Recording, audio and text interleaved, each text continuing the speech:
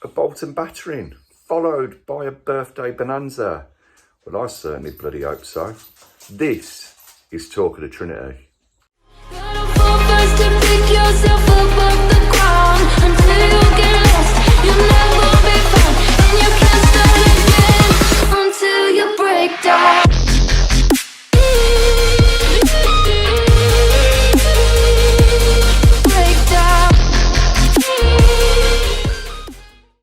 Hello and welcome to this bank holiday special edition of Talk of the Trinity podcast. I am still Baz Barrett. Straight from his slumber is my co-host, Mr. Trinity, Will Forrest, because it has been a busy few days, knackering, keeping up to date with all the Villa news, rumours, transfers to be, transfers not to be. But you can check out everything that has been going on in the world of Villa on our Twitter page at Talk Trinity. Or if you want to ease your way back into memory lane, check out our previous episodes. You can go and have a look at our YouTube channel, Talk of the Trinity. You can try and solve the magic eye puzzle from our last episode. If you don't know what I'm talking about, go and watch it. You know, you will not regret it. Or you will also not regret listening to our audio versions of these delightful little ditties that we call podcasts on our Amazon, Apple, Spotify, Google, other ones. I always say other ones. If you are one of those other ones, and every week you're listening and you're saying, this week Baz is going to say it, get in touch, you know, a little sponsorship, perhaps. It'll bump you up the batting order, you know, in terms of getting yourself into that. They say the top four, you know, I mean, we got a top four. You know, you need to be doing more to break your way into that. And speaking of needing to do more, we got to get straight in to what's been happening in the Villa world this week. And a tricky Tuesday night tie away at Bolton was swatted aside eventually. Kind of, when we went and beat Bolton 4-1. I think they're now known as the University of Bolton Stadium, but for fans of a certain vintage, forever known as the Reebok, even though I don't think it has been known as the Reebok for quite a long period of time. Sponsorship aside, 4-1. We touched upon it in the preview episode that there may be a strong side that Villa would play. We did play a strong side, puts the pressure on. You don't get any credit for going to beat a League One side with half your first team or most your first team in there, but the margin for error becomes incredibly small. But we won. Any particular thoughts out of the game, Will, watching that in terms of the team, the shape, or was it just very much let's get it done, put your foot down, don't look back in the rearview mirror and think about the Premier League? The main thought coming out of it is I'm just glad that we won, because could you imagine? I mean, there's negativity after a win. Imagine what the negativity would be like after a defeat. I wasn't surprised to see a full strength team. I don't think you were either from our last chat. I know you suspected that Olsen may start, but it was nice to see Martinez in goal. Chambers, I think even Stevie Wonder would have seen that he was the best person to have in defence with Tyrone Mings. Little shaky, no, I thought at the start. Oh, definitely. You know, for the first goal, he was a bit, well, for their goal, even, not the first goal, he was a bit divey in, if you like. But Louise and Kamara were shaky for that, tackling each other. It seemed they both wanted the ball. You can understand why Douglas Luiz wanted the ball now when he had that trick up his sleeve. Yep. I think the biggest shock for me out of all of the players starting was Ashley Young starting at right back. I didn't see that one coming. I thought Matty Cash would have started. I thought if Young was going to play, he'd have played left back. But he obviously wanted to give Dean some confidence. Worked a treat with getting his first goal. Yep. It was nice to see us with the usual shape, the 4-3-1-2. And since the game, I've seen a stat online. Can't remember who it was. Could have been AVFC Stato. Could have been someone else. So whoever it was, I do apologise. But Villa win a lot more games when they've got Ings and Watkins together in the team. And looking at a number of games that they've had since Gerrard has been in, we've lost about 3, but we've won and drawn the rest, and there are about 11 or 12 there. And I think it just goes to show that you do need those two up front. They both bring different dynamics to the game. And yes, it's only Bolton Wanderers, but you've got to score goals or create goals against every team. There was also a little bit of Coutinho didn't do much. Coutinho didn't do much again. Fantastic through ball for the penalty. You know, all he has to do is that once or twice a match. If he sets up a goal, he's having a good game, in my opinion. That's what we brought him in for, is to be creative. He doesn't have to do everything else. It's about getting those ticks in the assist column. Yeah, you do have him on the pitch for those moments of magic. I mean, you get frustrated when the other 89 minutes, perhaps he's done nothing. But in terms of when it's a close game, 1 goal in it, he's got the assist or the goal, then it is a bit like a striker in terms of they can have 89 minutes of not doing anything, but they scored that 1 goal, and that is what everybody remembers. In terms of the Danny Ings Watkins stat, I'll give a shout out because I saw it from Luke Marshall account at Marshall AVFC. That's where I saw it. So I'll give credit for that stat. And it is interesting looking at it, as you mentioned, in terms of, I'm just doing some live mental arithmetic for those who are kind of watching the YouTube channel. So you'll see that 7 wins under Gerrard Ings, when Ings and Watkins both played. I think in 13 games. Mass fans will tell you that is over 50% win record. I mean, it does depend on kind of who you're playing. And of course, in those games as well, there was heavy defeat at home to Spurs, but that was a whole different eco-climate in itself, that game, losing at home to Chelsea. But in terms of, and we also would beat Brighton twice, 2-0, both playing those games, having a look. It looks like the teams we beat under Gerrard when they played both up front, Brighton, Southampton, Leeds, Burnley, Everton, and then Bolton in the League Cup. Drawn Palace, Man United, lost to Chelsea, West Ham, Spurs, and Liverpool. If you're going to pick the games beforehand, that's probably roughly where you'd go, you know, in terms of games you'd expect's a big word, but, you know, kind of, we were giddy with optimism at the start of the season, putting Villa 8th in the Premier League table, first on the Will's prediction league going on during the season. That's the results you'd expect for a team coming 8th. So it'll be interesting to see in terms of when we talk to our West Ham preview in a bit, whether we both have Ings and Watkins up front. But Louise, that first half was pretty much Dougie Louise 2019 in a Villa shirt. Moments of absolute terribleness, which, I mean, I think there was in terms of the goal. There was talk, there was a mix-up between Kamara and Louise. I do think it was Louise trying to do one of his stupid spins in dangerous areas. I had nightmare flashbacks to the home game against Bournemouth with that pass across the box where Bournemouth knocks it in. And then the corner, and I think there were some videos coming out. I think he did actually practice those. It's a good skill to have, you know, obviously, in terms of going in. So that was Louise in a microcosm, really. You know, he got better in the second half, like most of the team did, I thought. Coutinho, I think he tried. You know, you could see he was trying things, but just kind of not quite coming through most of the time. You know, the final pass not quite being there, not quite making the right decision around the edge of the box. But I think he reacted well to not being in the team against Palace the previous game. You know, it's like, okay, I'm going to take this opportunity to show what I can do. And I think he did all right. I mean, I think we've previously talked about the feeling that Gerrard would prefer to play Coutinho pretty much no matter what, if possible. I don't think that performance against Bolton gets him dropped for the next game against West Ham, but we will dissect that a little later. But I will go this because we mentioned the Ings-Watkins partnership. Danny Ings did score a penalty.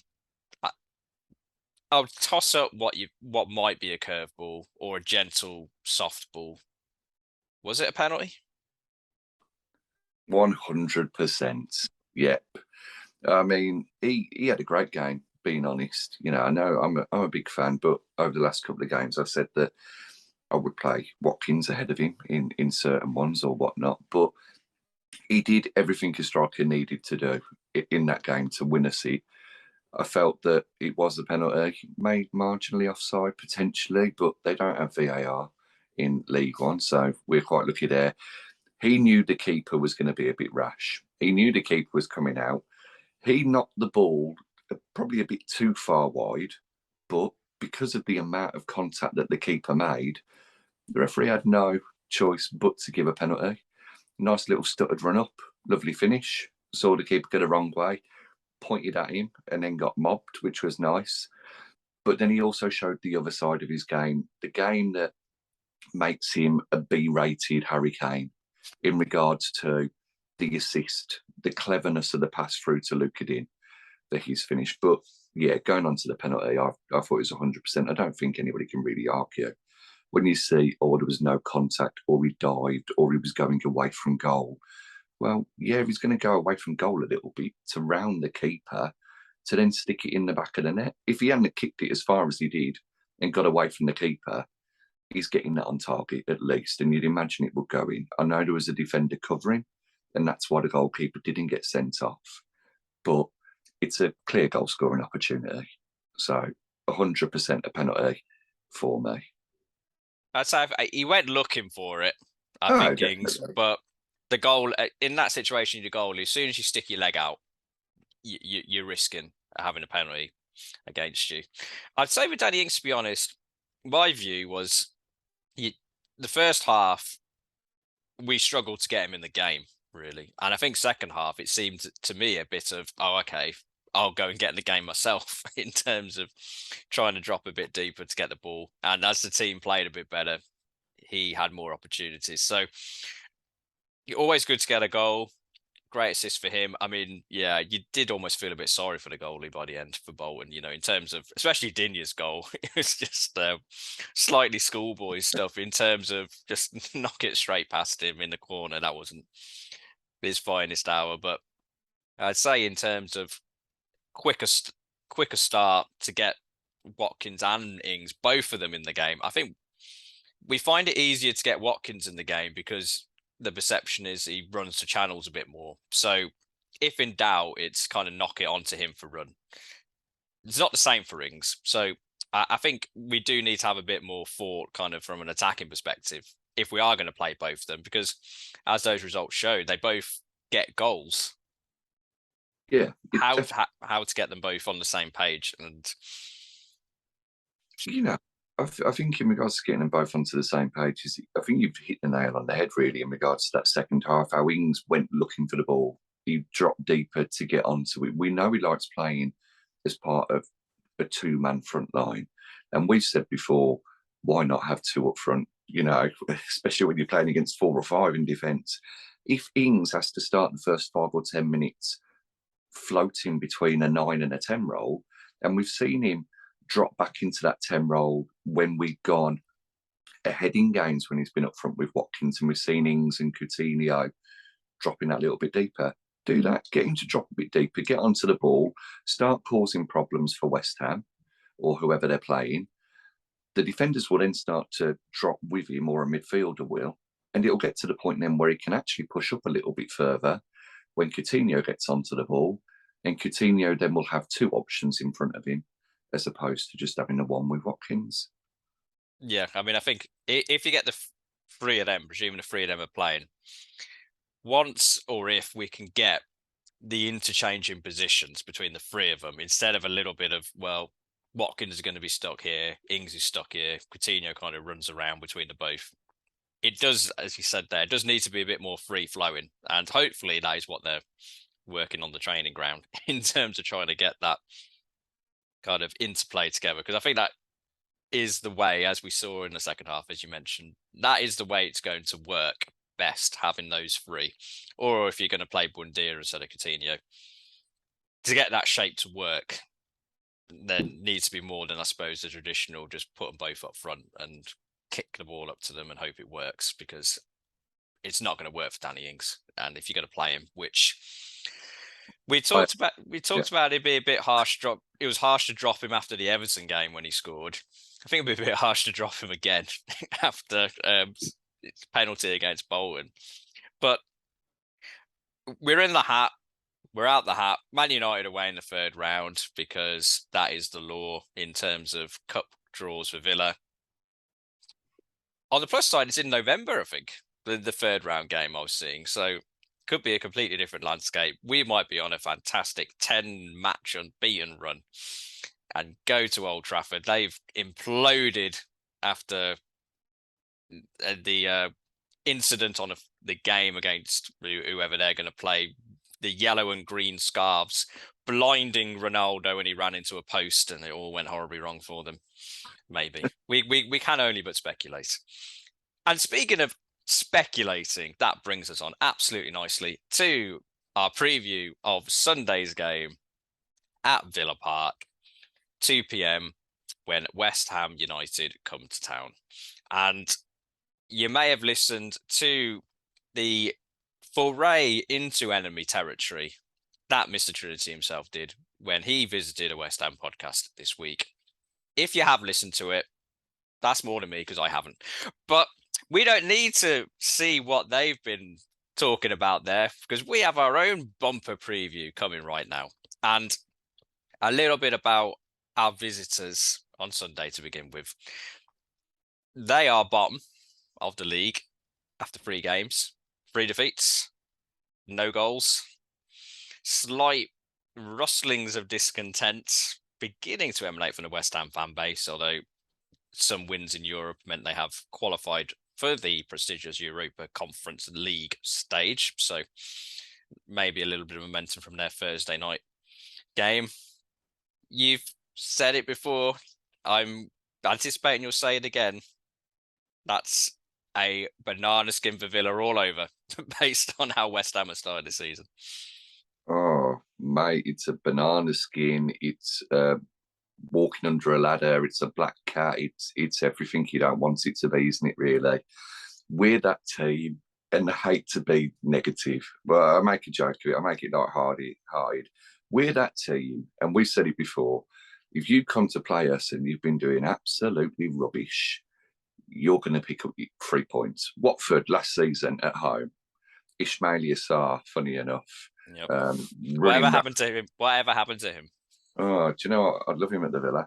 And then obviously them winning 1-0 through Dennis's goal.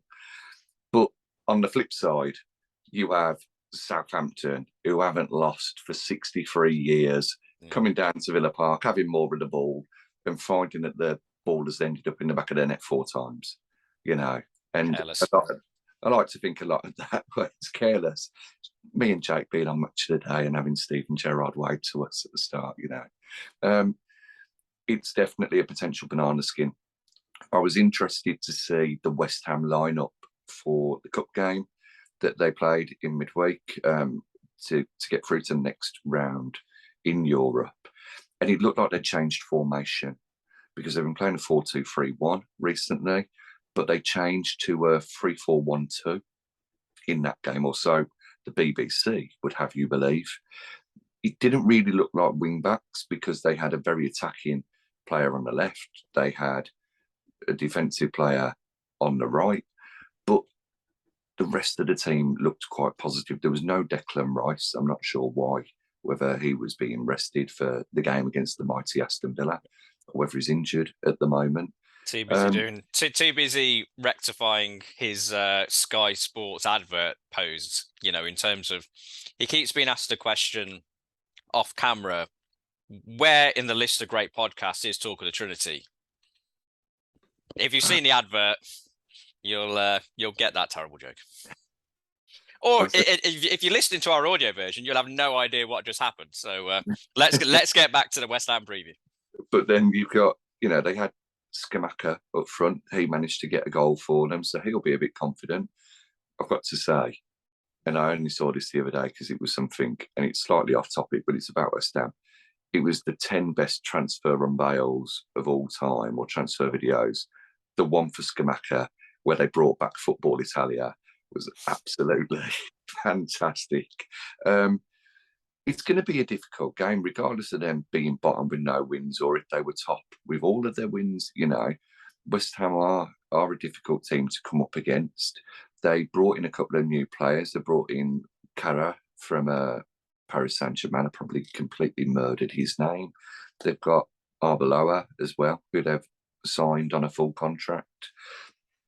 They've got some great forwards also. Jared Bowen, he's going to hit the ground running, isn't he? If he starts on Sunday, Sayed Benrahma will come back to haunt us. Lanzini, Fornells. Michael Antonio hasn't scored for about 3 years. No. Why not let him on against us? Apparently, he's guaranteed himself a goal on Sunday, according to social media this week. Well, exactly. That's exactly what we say. It'll be interesting to see if they stick with that 3-4-1-2, or whether they go back to the 4-2-3-1. But yeah, it'd be a difficult game. But if we can hit the ground running, and we've said this many times, if we can hit the ground running and have a good first half, regroup at half time and hit the ground running again, and actually have 2 good halves of football rather than patches, then we've got every chance of getting something against them, if not keeping the 3 points at Villa Park. Yeah, when you mention West Ham's formation there and their variety, we'll call it that, there's also been similar questions for Villa in terms of the formation that we've been playing during the course of the season. More of a 4-3-3 Tuesday night against Bolton, or the 4-3-1-2, that's more accurately. Same again for you on Sunday, or do you switch it back up? I think if you want to win these matches, then you need Ings and Watkins up front, don't you? That's been proven by Luke Marshall there. But at the same time, what was interesting was the list of teams we haven't beat when we play 4-3-1-2.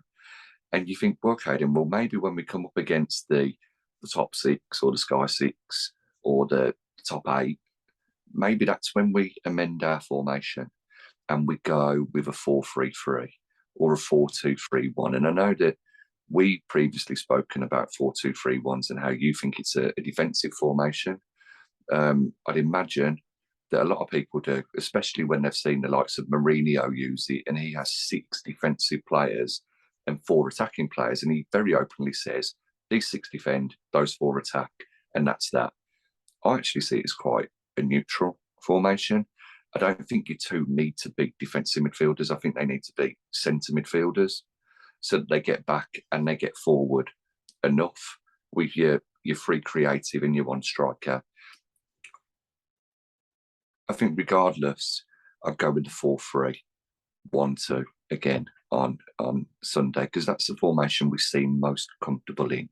And if we need to switch it around to a 4-3-3, well, Coutinho moves to one wing, Watkins moves to the other, and you push Ings through the centre, and we take that shape for a little while in the game. But 4-3-1-2, because we've got a 50% chance of winning. Yep, and you got to roll the dice with those odds. I'd say, for me, because of West Ham's slow start to the season, that makes me lean towards playing 2 up front, that 4-3-1-2. If it would have been during the course of last season and we hit them during a run of form, I mean, they've come 7th and 6th in the last few years, so consistent performance. I would have maybe thought about playing the 4-2-3-1 formation, but I think because we are frantically trying to start a fire in the wild, where you're rubbing, kind of trying to get that spark, we need to try and ride the momentum of the Bolton win. And you might be listening to it going, oh God, Bolton away. We're trying really desperate to get the positivity. You got to start somewhere. I mean, in terms of, we've got Arsenal, Man City coming up later on in the week. And I'd say in terms of sitting back home against West Ham, when they're bottom of the league, what are you going to do away at Arsenal and Man City if you're going to sit back at West Ham? It's like, I think if you're being harsh, we haven't kept a clean sheet. this season. The defense looks shaky. Maybe it is a bit of time to take a little bit of a risk against West Ham, a Harry Redknapp style. Let's go and try and score more than you. I mean, West Ham haven't scored this season, so scoring one in theory should be enough. I mean, I think West Ham will score on Sunday when we come to the predictions, but I think in terms of there's so much talking, kind of Gerald, like, got to be positive, got to get on the front foot. That mentality thing, talks about it quite a lot in his interviews. Got to go and show it against West Ham, I think.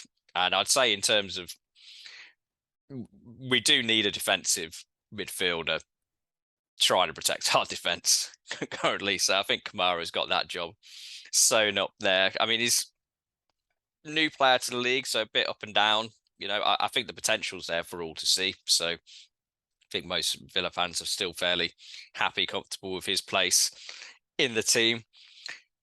If we're playing two up front, I'm assuming it's Ings and Watkins for you. It is for me, though. If you're looking at the Trinity verse on Twitter, they're not agreeing with that. Went for the 4-3-1-2. I'll run through the team for you quickly that they've chosen. Yep. You won't be happy either. Well, let's run through the team.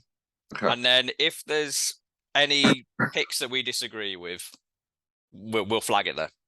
Okay. So, Baz will disagree first. Yep. Emi Martinez in goal. Yeah, I think that goes without saying, really, at the moment. Yeah, definitely. And Dave, I apologise for my comments on the last podcast. I wouldn't sell Emi Martinez. Baz made me see the light. He's just been a little bit shaky recently.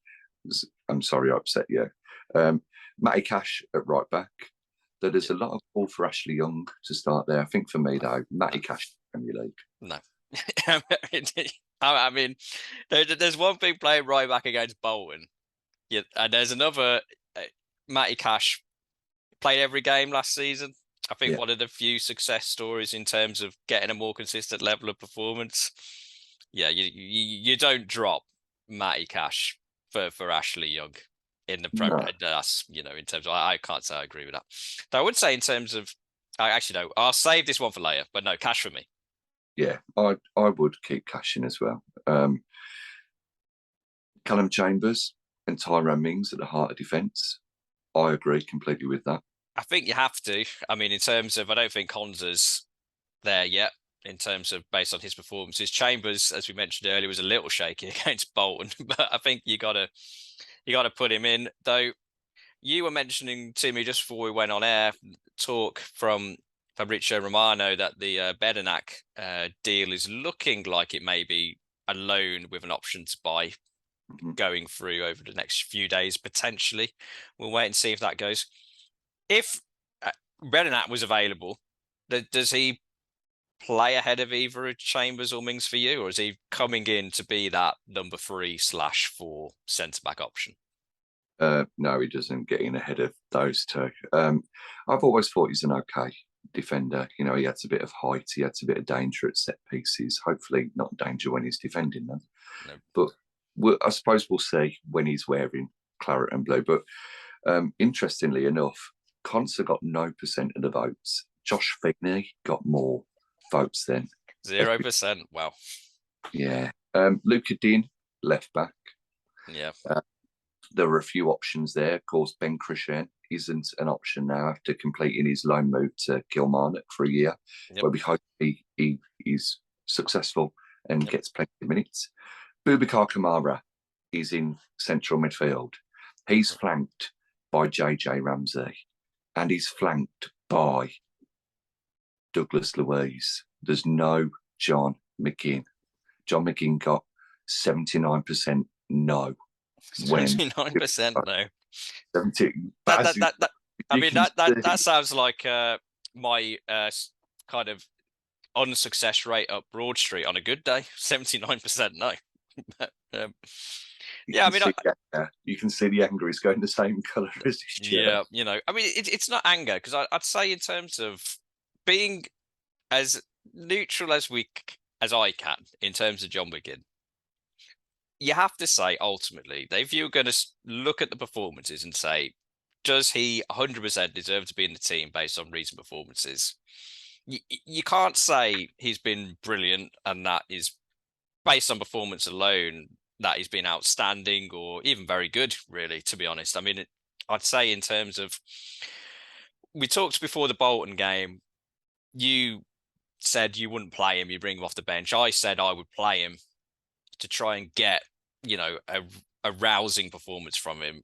Didn't really happen, I didn't think. So in that circumstance, I think, if he's dropped, you can't argue too much in that sense. What I would say in terms of Ramsey and Louise playing ahead of him, Ramsey needs a rest. I mean, I know he didn't play on Tuesday, but I think thrusting him straight back into the team, I think, we've got 3 games in a week. There's going to be a requirement for some energy during those games, perhaps when you're anticipating we're going to be defending a lot in Arsenal, Man City. So there's a role for him there. Louise, as I said, he's too kamikaze for me in terms of Jekyll and Hyde, all the other cliches you can throw in there. But, that is the midfield position we got at the moment. We've got numbers, but I think you can make a case for playing none of them. I mean, we've got to play 2 of them because, numbers game. But individually, if you're saying any of them they're not playing, I don't think you can argue too much in terms of, I don't think any of them so far have really nailed their colours to the positional mast. I mean, in talk of, you could throw some left field players in there in terms of, do you play Bundir in there? Don't think so if you're going to be playing that one behind the 2. But personally, I mean, I've said it in terms of players coming in. Talked about if you can play the 4-2-3-1, I'd get another 6 in case. But yeah, I mean, I think that midfield, it is a little bit of a concern because I'd say if all 3 of them are 100% form, it's horses for courses depending on who you're playing. But if they're all 100% top of the game, you play Ramsey and McGinn. Is my view. None of them are 100%, so it's a bit of a, just throw their names in a hat and see what happens. But before I turn too far red and we have to call the paramedics to come and resuscitate me, we'll move on to the front 3 in terms of how did the fans pick that? Well, look, I'll quickly maybe tip you over the edge before I would start McGinn against West Ham. He's captain. He still needs to get used to that position. He's finally got a winner's captain against Everton and against Bolton, which is good.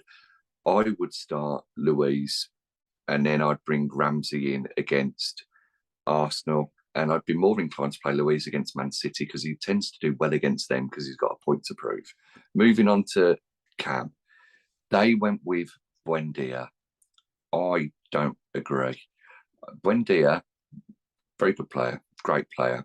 Brilliant goal against Burnley when he started towards the end of last season. Did brilliantly away against Burnley as well. But there are times where he has that element of the Solskjaer about him. He's better coming into the game after watching it for a bit and having half an hour, such as Everton at home, where he can run teams ragged and he knows where the spaces have been. I would go Coutinho, though. I think Coutinho's got a little bit of magic about him, and it's only going to be a matter of games before we see the best of him again. He's got to be feeling the pressure. Give him a couple more games, and if he isn't doing it, then bring Buendia in for a run of games, especially when the team seemingly get a little bit easier in the lead up to that Forest game on match day 10. Yeah, I mean, I'd say I'd called for Bundir to start.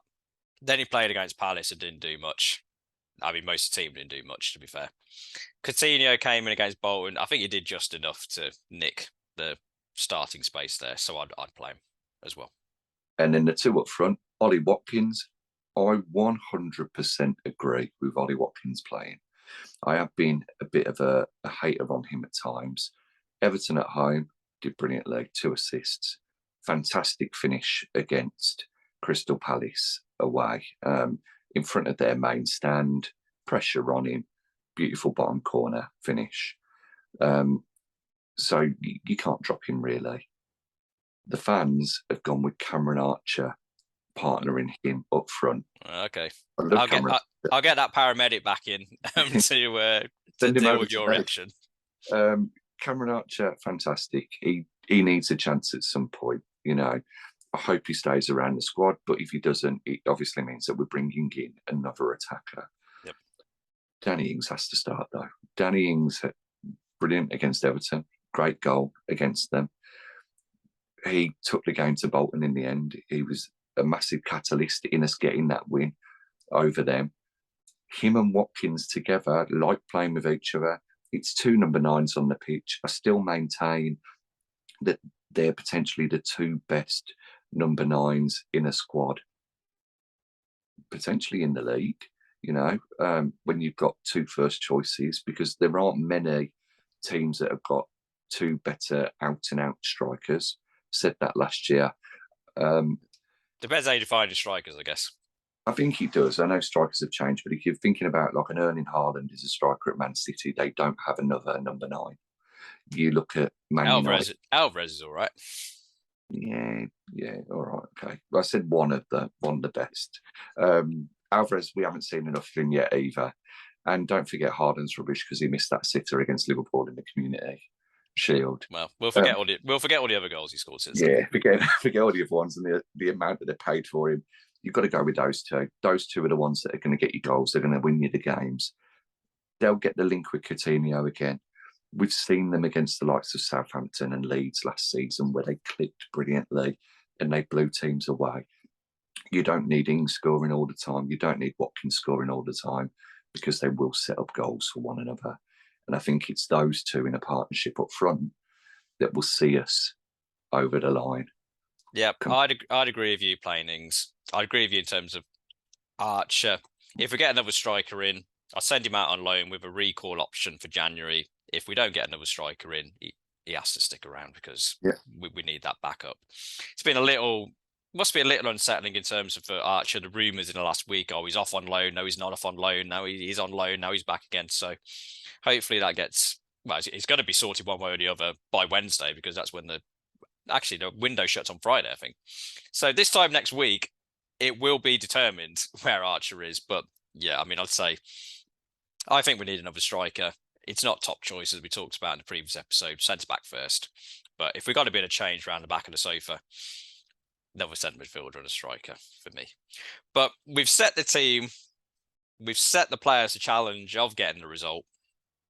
What result do you think we are going to get on Sunday?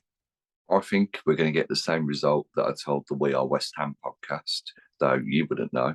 Nope. And that is West Ham will score their first goal of the season. Yep. But Dan Ings and Ollie Watkins will see us over the line.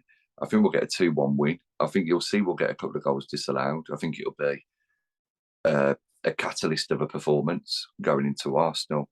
I think we get the 2-1 win. 2-1 Aston Villa. And I agree West Ham will score. In terms of, it's just written in the stars that they haven't scored. Bottom, definite goal. In terms of we can't keep a clean sheet. Yeah, it's definitely a goal for them in that column. I ummed and ahed about this one because in terms of our record against West Ham recently is not very good. We're struggling defensively. They're struggling. So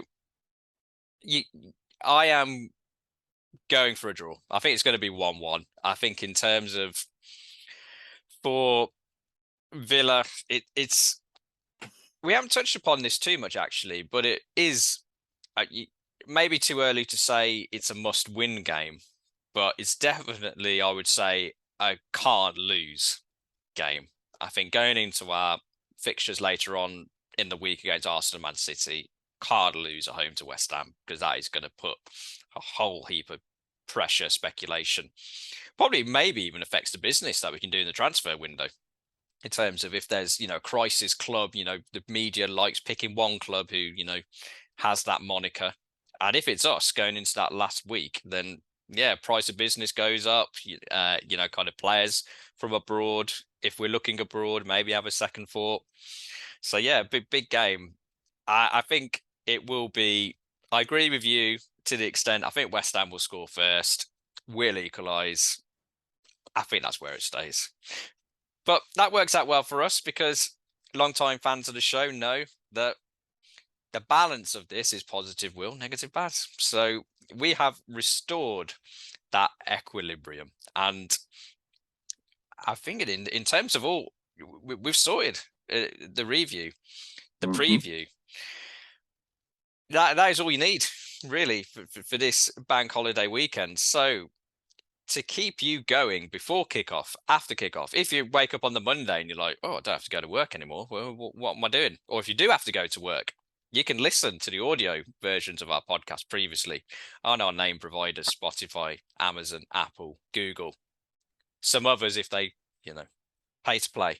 Or you can go on our Twitter page at Talk Trinity, where, we mentioned the polls that we've had in terms of the team lineup. We get you involved. We keep you up to date with all the Villa rumours. Give an opinion or two. I don't know if I'm pointing the right way, but I'm pointing towards Mr. Trinity himself. He mans those stations feverishly, getting out all that Villa content for you. But if you're at Villa Park, if you're listening on the radio or watching on measures, streams, other things that we are not allowed legally to talk about, we hope that you enjoy the game. But before I pass you over to Mr. Trinity for his final thoughts, thank you very much for listening. Enjoy your bank holiday, and we'll be back with you soon. Cheers, Tar. Thank you very much again for listening, for watching, for listening to the other podcast if you have done. Also, just remember that we need the lads to be supported on Sunday. Get behind them, and don't forget, 28th minute, we want a massive rendition of Happy Birthday from all 42,000 people in the ground, including the West Ham fans. Okay, you need to do it. It's for me. There may be tears. I'll cry if I want to. Hopefully, tears of joy at that point as well. And if anybody has got a dodgy stream, let me know. I'd love to watch the game. But until next time, he's red in the face and Villa till he dies. I'm Villa till I die. Cheers, Tar. Thank you very much. Up the Villa.